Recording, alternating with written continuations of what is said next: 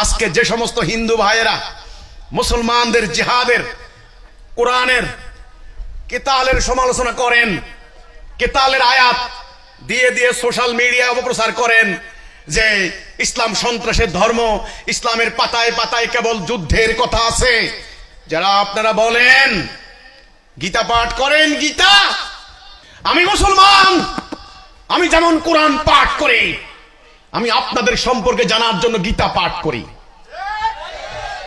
আমি দেখি গীতার পাতায় পাতায় যুদ্ধের কথা। আপনারা বলেন, অবতার বলেন আর যাই বলেন, অর্জুনকে শ্রীকৃষ্ণ, অর্জুন বলছে বারবার, না না আমি এই যুদ্ধ করব না, এই হত্যাকাণ্ড আমি সহ্য করতে পারবো না, এত মানুষ খুন হয়ে যাবে, আমার পরিবার মারা যাবে, আমি যুদ্ধ করব না। কৃষ্ণ বারবার বলছেন তোমাকে যুদ্ধ করতে হবে, গান্ডীব উঠাও, যুদ্ধ করো।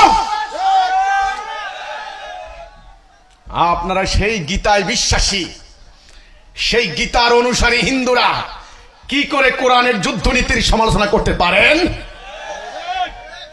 আজকে ভারতের সেনাবাহিনী 1.5 মিলিয়ন, 15 লক্ষ সৈন্য ভারতের, কিসের জন্য? মুড়ি মুকরি খাওয়ার জন্য?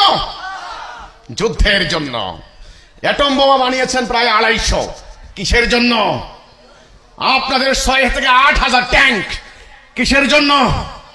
যুদ্ধ বিমান হাজার হাজার, কিসের জন্য?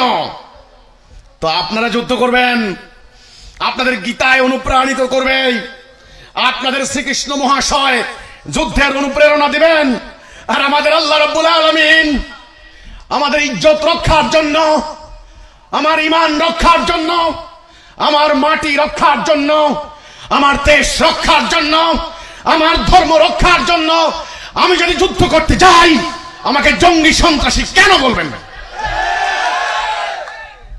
হে মুসলমান,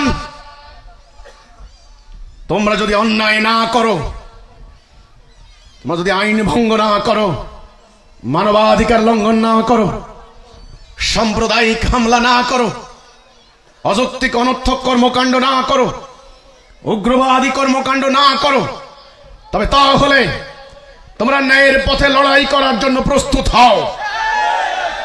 সবাইকে প্রস্তুত?